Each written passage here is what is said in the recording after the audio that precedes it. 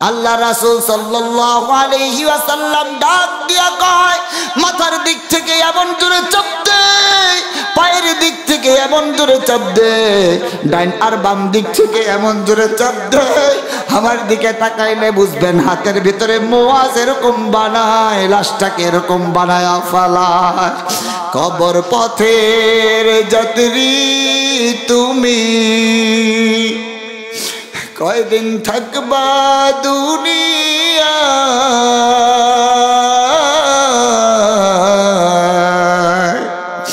আজরাইল তো তোমার পিছে ঘুরছে সর্বদা। কথা ঠিক না ব্যাঠি? কবর যে কঠিন মাকাম, পড়বে দরা পাপী তামাম। কবর যে কঠিন মাকাম, পড়বে দরা পাপী তামাম। সলচাতুরি করার মতো জায়গা সে তো নয়, আজরাইল তো তোমার পিছে ঘুরছে সর্বদা। মালিক আমায় ডাক দিয়া বলতেছে, পাগলেরা রে, আবারে থুয়া তোমরা কই যাও? তোমার চোখ দিলাম আমি আল্লাহ, তোমার কান দিলাম আমি আল্লাহ, তোমার সমস্ত অঙ্গ প্রত্যঙ্গ দিলাম আমি আল্লাহ, তোমার সব কিছু দিলাম আমি আল্লাহ। জোরে বলেন কে দিয়েছেন? আমার মালিক আল্লাহ ডাক দিয়া কয়, ফাইনা তাযহাবুন, আমাকে রাইখা আমার ইসলাম, আমার কোরআন, আমার মসজিদ, আমার মাদ্রাসা, আমার উলামায়ে কেরাম, আমার কলিজার টুকরা, আমার বুজুর্গদেরকে রাইখা তোমরা কাকে দোস্ত বানায়া নিচ্ছ? কারে তুই পাগলের মতন দোস্ত বানাইলি? কার সাথে তুই দোস্তি করলি? তোর তো উচিত ছিল আমি আল্লাহর সাথে দোস্তি করা, কারণ আমার সাথে তোর সাথে কোনো ধরনের মনের ভিতরে ভিন্ন কোনো উদ্দেশ্য নাই। আমি তোরে বরং মায়া কইরা বানাইছি বান্দা। জোরে কোন সুবহানাল্লাহ। মালিক আমারে ডাক দিয়া কয়, আল্লাহর বান্দা বড় ভালো কইরা বুঝো, তোমারে আমি আল্লাহ চোখ দিলাম, নাক দিলাম, কান দিলাম, হাত দিলাম, পাও দিলাম। তোমারে আমি আল্লাহ তাআলা এত সুন্দর করে আমি আল্লাহ সৃষ্টি করলাম। তোমার যেখানে চোখ দেওয়ার দরকার সেখানে চোখ দিলাম, যেখানে হাত দেওয়া দরকার সেখানে হাত দিলাম, যেখানে দাঁত দেওয়া দরকার আমি আল্লাহ সবচাইতে বড় কারিগর আমি আল্লাহ সেখানে দাঁতের ব্যবস্থা করলাম। আমার বান্দা বান্দিরা কেন আমারে চিনো না? আমার কোরআন, আমার ধর্ম ইসলাম আমাকে রাইখা তোমরা কোন জায়গায় যাও? কাকে তোমরা নিজেদের সুখের অবলম্বন বানাও? বেকুফরা কেন তোমরা বুঝো না এই বাড়ি তো তোমার আসল বাড়ি না, এই সম্পদ তো তোমার আসল সম্পদ না, এই ছেলে তো তোমার আপন ছেলে না, এই বন্ধুত্ব তো তোমার আপন কেউ না, এই বিলাস অট্টালিকা সব কিছু কিন্তু তোমার কিছুই না। এ মুসল্লি আমার কলিজার টুকরা বাবারা, যুবকেরা, পর্দার আড়ালের মায়েরা, নিজেদেরকে একবার বুঝার চেষ্টা করেন গো মা, যে আল্লাহ তাআলা আপনাকে আর আমার বাঁচার জন্য সবচাইতে বড় সম্পদ গুলাকে একেবারেই আল্লাহ তাআলা বিনামূল্যে বিতরণ করেছে,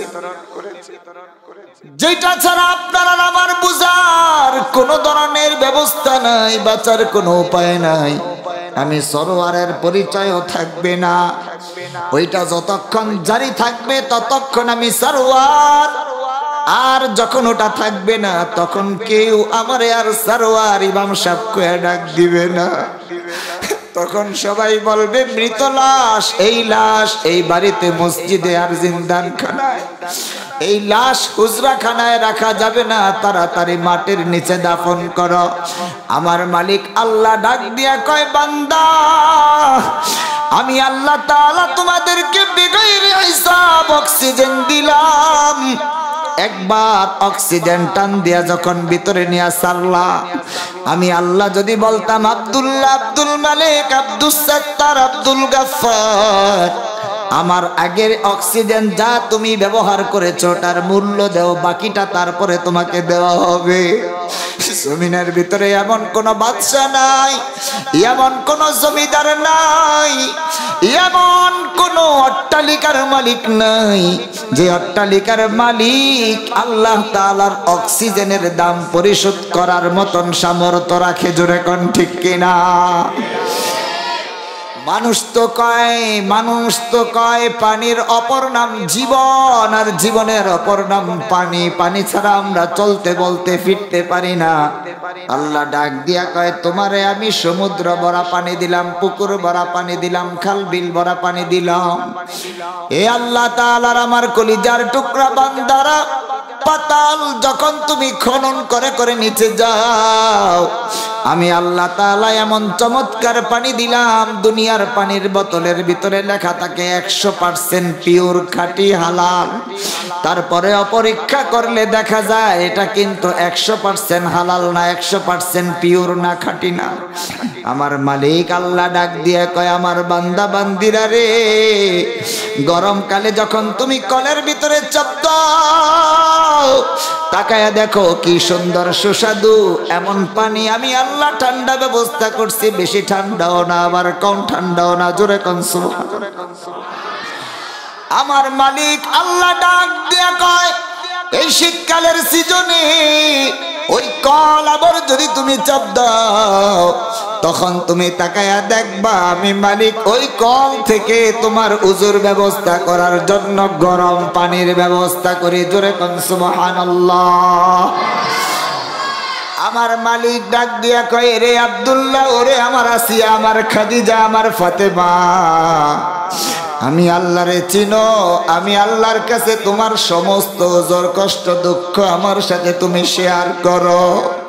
যেই অভাব পূরণ করতে পারবে না তোমার বাবা, যেই অভাব পূরণ করতে পারবে না, যেই প্রবলেম সলভ করার কোনো ধরনের যোগ্যতা তোমার স্বামীর নাই, তোমার শরীর বড় অসুস্থ, রোগ থেকে নিষ্কৃতি তোমাকে ডাক্তার দিতে পারবে না, আমি আল্লাহ হইলাম সে যে আল্লাহ তাআলা প্রত্যেক দিন মাগরিব থেকে ফজর পর্যন্ত আমার বান্দাদেরকে ডাকি, বান্দা আলা মিন মুস্তাগফিরিন ফাগফিরলা, আলা মিন মুস্তারজিকিন ফারযুকহু, আলা মিন মুবতালান ফাওয়াফিহু ফি, আলা কাযা আলা কাযা আলা কাযা হাত্তা ইয়াতলু আল ফাজর। জোরে কোন আল্লাহু আকবার।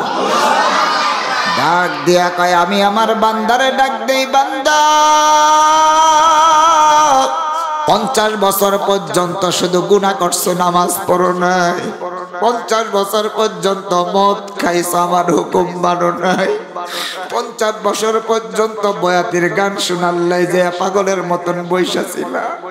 হালাল না হারাম শোনা যাবে কি যাবে না, জায়েজ না না জায়েজ কোনো খবর লও নাই, 50, 60, 70 বছর পর্যন্ত বিড়ি ছাড়তে পারো নাই, 50, 60, 70 বছর পর্যন্ত চোখের হাতের জবানের পর্দা করো নাই, 50, 60, 70 বছর পর্যন্ত দেহের পর্দা করো নাই।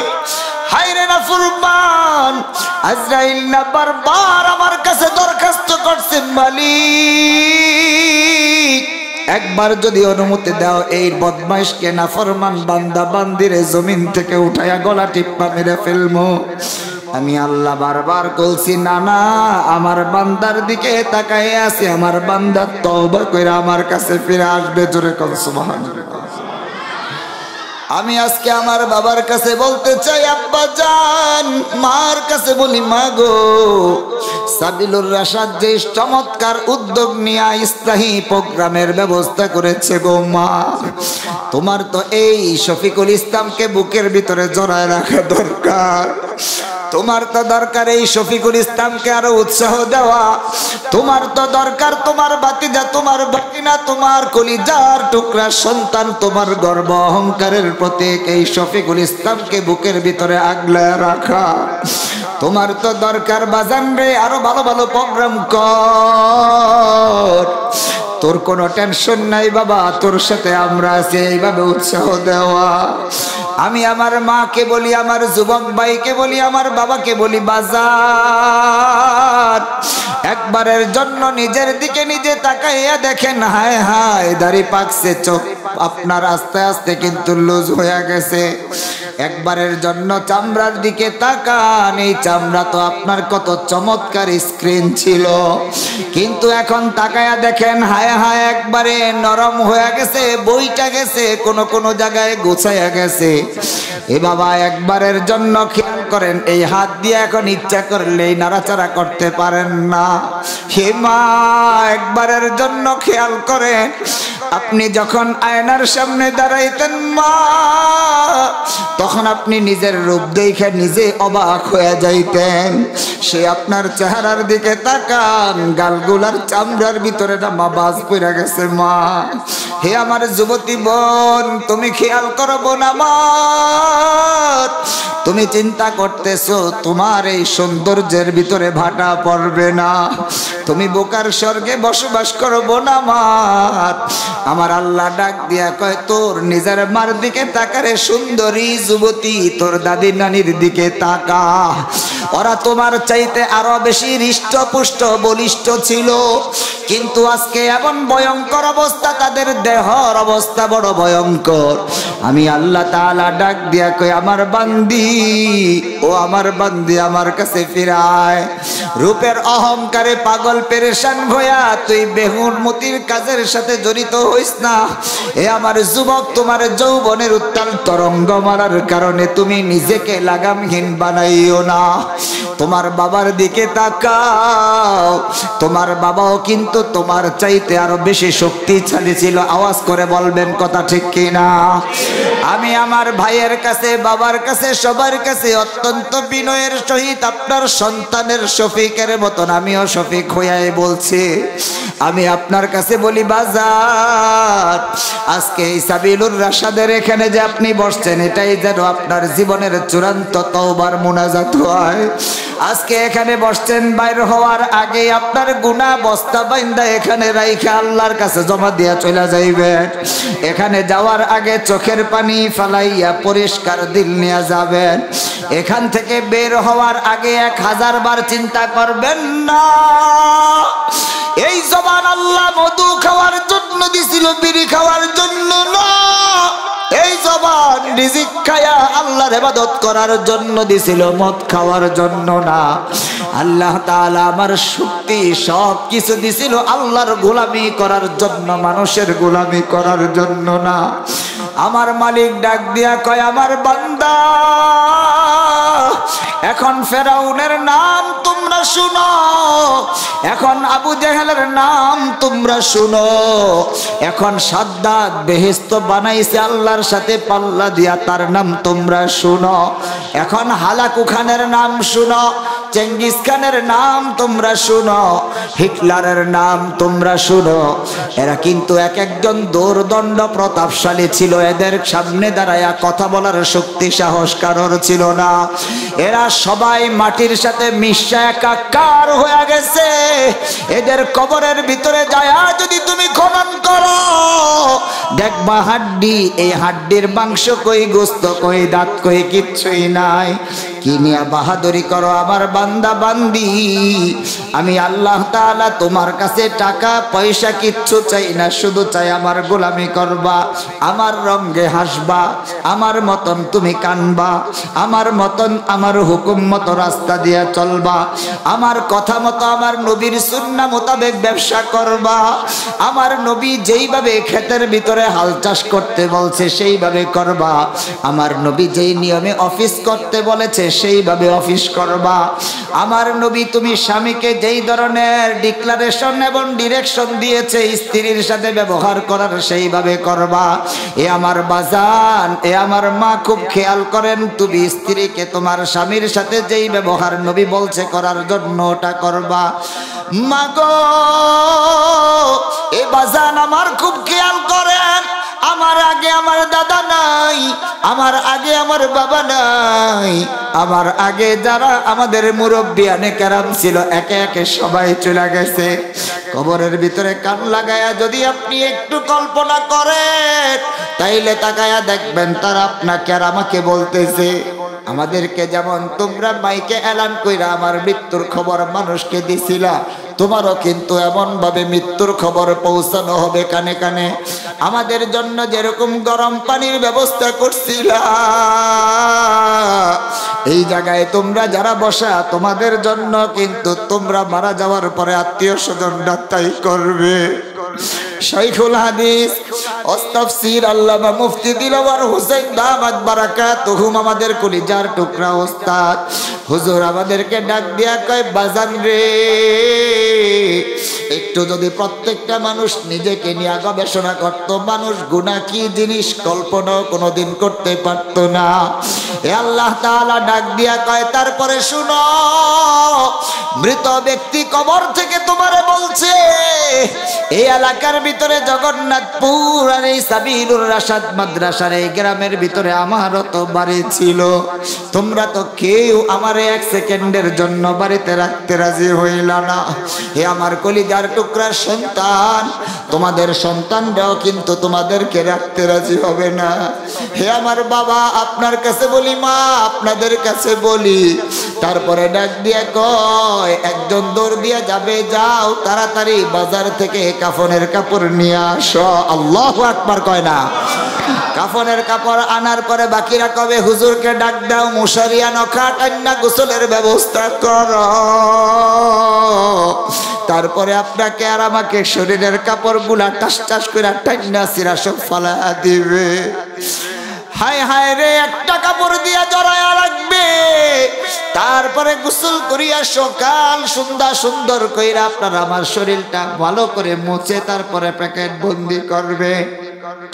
তিনটা কাপড় দিয়া সুন্দর করে আটকে দিবে, মাথার ভিতরে একটা গিট্টা দিবে, আর একটা এই নাভির কাছে বুকের মাঝখানে এই জায়গায় দিয়ে দিবে, আর একটা কিন্তু হাই পায়ের ভিতরে তিনটা গিট দিবে। সবাই বলবে তাড়াতাড়ি কালেমা পড়ো, খাটের ভিতরে উঠাও, শেষ দেখাটা সবার সাথে দেখায়া দাও। আল্লাহ তাআলা ডাক দিয়া কয়, বান্দা, এক জীবনের জন্য, এক মিনিটের জন্য কবরস্থানে তুমি যাও নাই, সকাল সন্ধ্যা কবরের খোঁজ খবর তুমি লও নাই, কবরে আসবা এই কন্টেনশন তোমার মনের ভিতরে ছিল না। আজকে তোমার সমস্ত বালাখানা, সমস্ত রাজপ্রাসাদ সব কিছুকে লাথি মাইরা এখন না হইলেও তোমাকে কিন্তু ইচ্ছায় হোক অনিচ্ছায় হোক যাইতে হচ্ছে।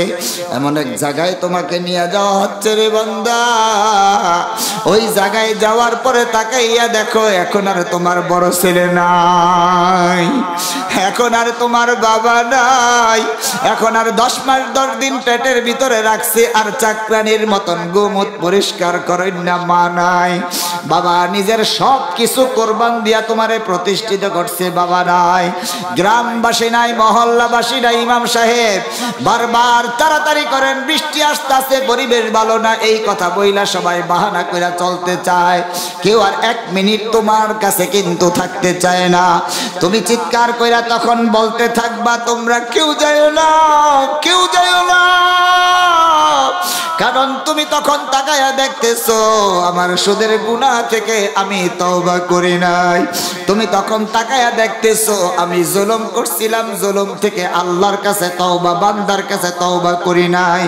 এ মুসলমান খেয়াল করেন, ওই মুহূর্তে প্রত্যেকটা নাফরমান চিৎকার কইরা বলে, না না, আমারে রাইখা তোমরা কেউ যাও না, কেউ যাও না, কেউ যাও না। আল্লাহর রাসূল কয়, এখানে রহস্যটা কি তোমরা বুঝনি? কারণ কবরের ভিতরে তার সাথে কি শাস্তি হবে, কি নিয়ে অপেক্ষায় আছে, সে দেখতে থাকে আর চিৎকার করতে থাকে। হাজার হাজার ঘটনা এমন আছে, কবরস্থানের পাশে গরু বানলে গরু ছুট্টা দৌড় মারার চেষ্টা করে, সমস্ত পোষা প্রাণী সব কিছু, সমস্ত বোবা প্রাণীগুলো সব কিছু দেখে শুনে বুঝে, কিন্তু মানুষকে আল্লাহ তাআলা বুঝতে দেন না। জোরে কোন আল্লাহু আকবার।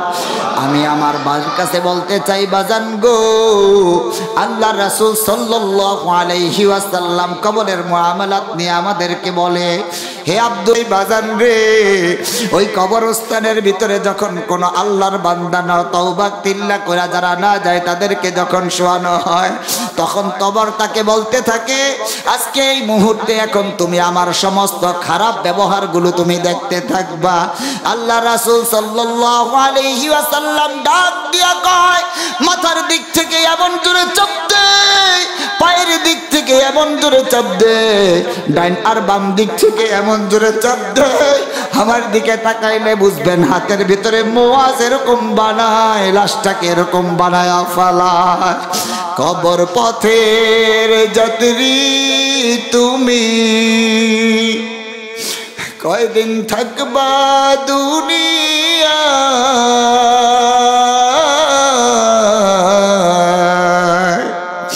আজরাইল তো তোমার পিছে ঘুরছে সর্বদা। কথা ঠিক না ব্যাঠি? কবর যে কঠিন মাকাম, পূর্বে দরা পাপী তামাম। কবর যে কঠিন মাকাম, পূর্বে দরা পাপী তামাম। সলচাতুরি করার মতো জায়গা সে তো নয়, আজরাইল তো তোমার পিছে ঘুরছে সর্বদা। বাজান, আপনার কাছে হাত পাইতা বলি, বাজান আমি আমার বয়ান শেষ করে এখনই আপনাদের থেকে বিদায় নিব। শুধুমাত্র এক নম্বর কথা আপনার কাছে বলতে চাই, কোরআনুল কারীমের আয়াত হইল কুনু মা'আস সাদিকিন। আল্লাহ ডাক দিয়া কয়, ইমানদার, আমানতু বিল্লাহ ওয়া মালাইকাতিহি ওয়া কুতুবিহি ওয়া রুসুলিহি ওয়াল ইয়াউমিল আখির। এই সে দোস্ত, এই যে ফরমের ভিতরে এই সমস্ত শর্তগুলা যেহেতু তোমরা পূরণ করেছ, তোমাদেরকে এখন ডাক দিয়া কই, তোমরা সাদিকিনদেরকে তোমাদের বন্ধু বানাও। জোরে কোন সুবহানাল্লাহ। তোমার বন্ধুর লিস্টির ভিতরে যেন কোনো ধরনের কোনো অবস্থাতেই কোনো কুলাঙ্গারের নাম থাকে। তোমার বন্ধুর লিস্টির ভিতরে যেন কোনো সুদখোর, ঘুষখোর, জুয়াখোরের নাম না থাকে। তোমার বন্ধু, তোমার সহপাঠীর ভিতরে কোনো কুলাঙ্গার, নাফরমানের নাম যেন না থাকে। এ আমার মা গো, কার সাথে চলবেন, বলবেন, ফিরবেন, এখন থেকে আপনাকে আল্লাহ তাআলা সতর্ক করে বলে, দুনিয়া থেকে আসার সময় তুমি সাদিকিন দোস্তদের লিস্টি তৈরি কইরা কবরের ভিতরে আইসো। জোরে কোন সুবহানাল্লাহ। মুহতারাম হাজিরিন, পর্দার আড়ালের মায়েরা, আল্লাহ তাআলা ডাক দিয়ে কয়, যেহেতু তোমার সৌন্দর্য একদিন শেষ হয়ে যাবে, এ আমার বাবা, যেহেতু তোমার শরীরের শক্তি আর জোয়ানি একদিন শেষ হয়ে যাবে, যেই তুমি একটা খেলার মাঠের ভিতরে নামলা, তোমার দ্বারা 5টা 7টা গোল হয়ে যাইতো, এখন সেই তুমি ঘর থেকে নামবা তো দূরের কথা, বস থেকে দাঁড়াইতে গেলে তোমার বারবার শরীর কাইপা তুমি জমিনের ভিতরে পইরা যাও। চিল্লা জোরে কোন ঠিক কিনা? আল্লাহ আমার ডাক দিয়া কয়, শোনো, এই জওয়ানি, এই সব কিছু শুধুমাত্র আমি আল্লাহ তাআলা তোমাদেরকে একটু মাত্র কেবলমাত্র পরীক্ষা করার জন্য দিছি। দেখি এই শক্তি দিয়া তুমি কি মসজিদে যাও নাকি ক্লাবে যাও? এই শক্তি দিয়া তুমি কি জুলুম কারখানায় যাও নাকি তুমি ভালো কোনো বন্ধুর কাছে যাও? শরীরের এই শক্তি খাটাইয়া মানুষের উপকার করো নাকি মানুষের বসত বিটা তুমি ছিনায়া নাও? আমি আল্লাহ তাআলা তুমি বান্দিরে এত সুন্দর চেহারা সুরূপ দিলাম, দেওয়ার পিছনে একমাত্র কারণ দেখি তুমি এগুলা পায়া আমি আল্লাহ তাআলার শুকর আদায় করনি। যদি এগুলা না করো, লা ইন শাকারতুম লা আযীদান্নাকুম ওয়া লা ইন কাফারতুম ইন্না আযাবি লাশাদীদ, তাইলে কিন্তু আমি আল্লাহ তাআলা ছিনায়া তোমাদের কাছ থেকে নিয়ে যাবো এবং সর্বোচ্চ তোমাদেরকে আযাবের মুখোমুখি করব। জোরে কন্না আউযুবিল্লাহ। এই জন্য বাজান আমার ফেরাউন রে আল্লাহ তাআলা সম্পদ দিয়া পরীক্ষা করছেন, পাশ করে নাই, ফেল করছে, ধ্বংস করে দিছেন। আল্লাহ তাআলা সাদ্দাতকে একই সিস্টেমে ধ্বংস করছে। আল্লাহ তাআলা আরো যত যত বড় বড়দের নাম বলেছি সবাইকে আল্লাহ ধ্বংস করছেন। এই জন্য আপনার কাছে অত্যন্ত বিনয়ের সহিত লাস্ট কথাটা বইলা কথা শেষ করি। এবাজান বিরক্ত করবো না মা আমার, আপনাদেরকেও কষ্ট দিব না। সিরাতের মাস গভীর রজনীতে একটু পরে আপনাদেরকে নিয়ে মুনাজাত দিব। আপনাদের প্রত্যেকের কাছে দরখাস্ত হইল, আজকের এই মুহূর্ত থেকে ঘরে যখন আমরা ঢুকবো, কালকে থেকে যখন আমাদের অবস্থা এমন হয়, পাও ফালানোর আগে একবারের জন্য হইল একটু ভাবমু, হাত দিয়া কোনো কিছু লেনদেন করার সময় একটু হইল চিন্তা আর ফিকির করমু। গুনা দিয়া যখন চার দোকানে বসমু, এমন চার দোকানে বাজান হাত জোর করে বলি বইসেন না। যে চার দোকানের নিজেই যিনি মালিক তিনি হইলেন মহিলা। অনেক দোকানের ভিতরে মহিলা চার দোকানদার, জোরে কোন আছে না নাই? এ আমার মা আপনার কাছে বলতে চাই, ও আমার বাপ আপনার কাছে বলতে চাই, আপনি বলবেন হুজুর আমি তো চার দোকানে বসছি শুধুমাত্র একটু খবর দেখার জন্য। বাজান রে, কোন জায়গার ভিতরে মলম লাগামো বাজান, কোন জায়গায়? আপনারে শয়তান কয় একটু নির্বাচন আর দেশের খবর তুমি দেখা যাও। এমন সময় শয়তান আরো তিনটা মহিলা, উলঙ্গ মহিলার ড্যান্স তোমার চোখের সামনে দিয়া দিছে। বাজান আপনি সকালবেলা কিন্তু ফজরের নামাজের আগে তাহাজ্জুদ পড়ছিলেন, ফজরের পরে আবার আপনি কিন্তু এশরাকের নামাজ পড়ছিলেন, সারাদিন আপনি কিন্তু 5 ওয়াক্ত নামাজ পড়ছিলেন। শয়তান আপনার উপরে মেজাজ খারাপ, তুই কেন ঠিকঠাক মতো নামাজ কামাজ পড়তেছিস, তুই কেন এগুলা ছাইরা দেস না? সেই শয়তান যখন কোনোভাবে আপনার উপরে আমার উপরে যখন কোনো অবস্থাতেই বিজয় হইতে পারে না, তখন ভুলাইয়া ভালাইয়া ভুল ত্রুটি বুঝাইয়া তখন চার দোকানে টিভির সামনে বসাইয়া দেয়। ওই জায়গায় বসলে এক তো হইল টিভির গুনাহ, আরেক তো হইল বাজান বসার পরে অমুক তমুক হং টং বিভিন্ন ধরনের গীবত আর ছগলখুরি, বিভিন্ন ধরনের কুটনামি, চিল্লা জোরে কন্যা বাজান আছে না নাই? এই জন্য আমি আপনার সন্তানের মতন হাত জোর কইরা বইলা যাই, বাজান মনের ভিতরে আল্লাহর ওয়াস্তে কষ্ট নিয়েন না। আল্লাহ রাসূল সাল্লাল্লাহু আলাইহি ওয়াসাল্লাম ডাক দিয়া কয় লা ইয়াদখুলুল জান্নাতা কত্তাত, চগলখোর যারা তারা কিন্তু জাহান্নাম ছাড়া জান্নাতে যাবে না। আল্লাহ রাসূল আবার ডাক দিয়া কয় আইয়ুহিব্বু আহাদুকুম আইয়াকুলা লাহমা আখিহি মাইতান ফাকারিতুম। কোরআনের আয়াত আমি নবী তোমাদেরকে শোনায়া বলছি, শুনো। তোমার সামনে যদি তোমার নিজের, অন্য কারুর না, অন্য কারুর না, অন্য কারুর না, তোমার ভাইয়ের যদি তোমার মৃত ভাইয়ের গোশত যদি তোমার সামনে দেয়, এ আমার বান্দা আমার বান্দারা তোমরা বলো, আল্লাহ প্রশ্ন করে বলতেছে তোমরা খাইবানি? আমার এখানে যত আল্লাহর বান্দারা আছেন, বাবারা আছেন, এই কথা শোনার পরে অনেকের ভিতরে কিন্তু কেমন যেন খারাপ লাগতেছে, আবার মরা মানুষের গোশত কেমনে খায়? আল্লাহ রাসূল সাল্লাল্লাহু আলাইহি সাল্লাম ডাক দিয়া কয়, যখন আমরা কারোর দোষ নিয়ে যখন আলোচনা করি, তখন আপন মরা ভাইয়ের গোশত খাওয়া যে কথা, আরেকজনের দোষ ত্রুটি তার অগোচরে আলোচনা করা, সে নাই তার অগোচরে আলোচনা করা, এই কথা জোরে কন্না আউযুবিল্লাহ। এই জন্য আমি আমার বাবাদের কাছে, ভাইদের কাছে, বোনদের কাছে বলি, আল গীবাতু আশাদ্দু মিনাজ জিনা। আল্লাহর রাসূল কয়, একজন পুরুষ যদি একটা বেগানা মহিলার ইজ্জত নষ্ট করে জিনা করে, এইটা যত গুনাহ, আরেকজনের দোষ ত্রুটি আলোচনা করা, গীবত করা তার চাইতে আরো কঠিন মারাত্মক গুনাহ। জোরে কন্না আউযুবিল্লাহ। এ মালিক তোমার কাছে ফরিয়াদ চগলখড়ি গীবত অহংকার হিংসা থেকে আমাদেরকে বাঁচাও, জোরে কোন আমিন। এরপরে আরেকটা কথা আপনাদের কাছে বইলা যাই বাজার, জিকির আমাদেরকে কোনো অবস্থাতেই ছাড়া যাবে না।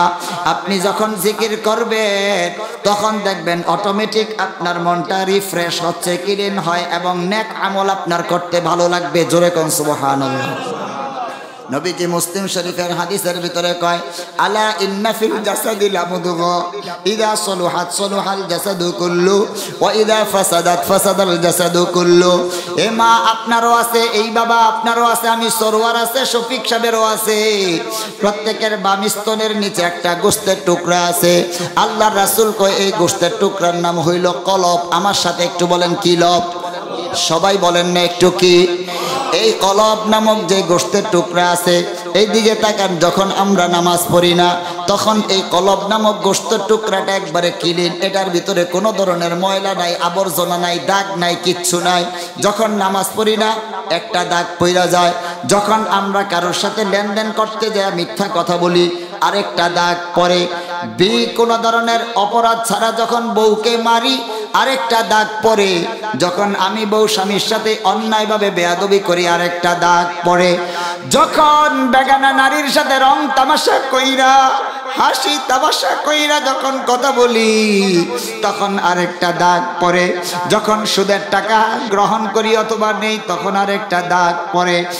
এইভাবে করে করে বাজার গুনাহ করতে করতে করতে করতে করতে করতে কলব যখন কালো হয়ে যায় তখন জিকিরের মজলিসে আর বসতে মনে চায় না, আলেম ওলামার কথা ভালো লাগে না, মসজিদে আগে যাইতে মনে চায় না, আজান কানে শুনলেও আজানের কথা শুনতে ভালো লাগে না, মসজিদ মাদ্রাসার ব্যাপারে কথা চইলা আসে, আরেকজনের ভালো দেখলে তখন সহ্য হয় না।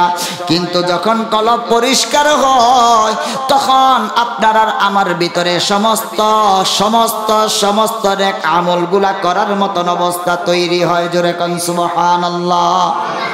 আল্লাহর রাসূল এবার ডাক দিয়া কয় সাহাবায়ে কেরামকে, সাহাবীরা রে তোদেরকে বলমুনি ওই কলব পরিষ্কার করার যন্ত্র আর রেতটার নাম কি? আল্লাহর রাসূল সাল্লাল্লাহু আলাইহি সাল্লামকে এই কথা যখন বললেন সাহাবীরা তখন ডাক দিয়া কয় নবীজি বইলা দেন। আল্লাহর রাসূল এবার ডাক দিয়া কয় শুনো, দাও আর সুরের ভিতরে জং ধরার জন্য যখন জং হয়ে যায় তখন তোমরা কামারের কাছে যাও, আমরা কিন্তু কামারের কাছে যাই, জোরে কোন ঠিক কিনা? লোহার একটা রেত দিয়া কামার অনেকক্ষণ পর্যন্ত ঘষে ঘষতে ঘষতে ঘষতে ঘষতে ধার কইরা আপনার আমার হাতে উঠাইয়া দেয়। আল্লাহর রাসূল কয় কলবটা এটাও যখন এরকম আস্তে আস্তে দাগ পইরা যায় তখন কিন্তু আর ভালো লাগে না। আল্লাহর রাসূল ডাক দিয়া কয় এইবার এই কলবকে তুমি লোহা দিয়া পরিষ্কার করতে পারবা না, পানি দিয়া ধুইতে পারবা না, জমজমের পানি দিয়াও ধোয়ার কোনো ব্যবস্থা নাই, হাউজে কাউসারের পানি দিয়াও তুমি ধুইতে পারবা না। ইয়া রাসূলুল্লাহ তাইলে কি দিয়া পরিষ্কার করব? আল্লাহ তাআলা ডাক দিয়া কয় ওয়াসাব্বিহুহু বুকরাতাও ওয়া আসীলা, জোরে কোন আল্লাহু আকবার। ডাক দেয়া কয় শোনো, সকালবেলা কিছু টাইম তোমার পছন্দসই, জোর জবস্তি না। মাগরিবের পরে কিছু টাইম অথবা বিকালে তোমার পছন্দসই কিছু টাইম, কোনো জোর জবস্তি না। এরকম আমার দিকে এবার তাকান, সবাই সবাই তাকান। একটা তাসবিহ হাতের ভিতরে রাখবা, ঘরের ভিতরে যদি বসো চেষ্টা করবা ঘরটাকে একবারে ঠান্ডা বানায়া নিতে, প্রয়োজনে ডিম লাইট জ্বালায়া দিবা, তাসবিহটা হাতে নিবা।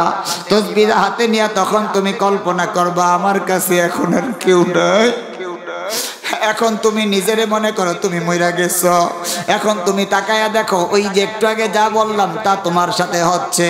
সর্বশেষ কবরের ভিতরে শুয়াইছে, কবরের ডাইন দিকে মাটি, বাম দিকে মাটি, উপরে নিচে চতুর্দিকে মাটি, বউ বেটি কেউ কাছে নাই। তখন তুমি যাকে কাছে পাইবা চিল্লা জোরে বলেন তার নাম কি?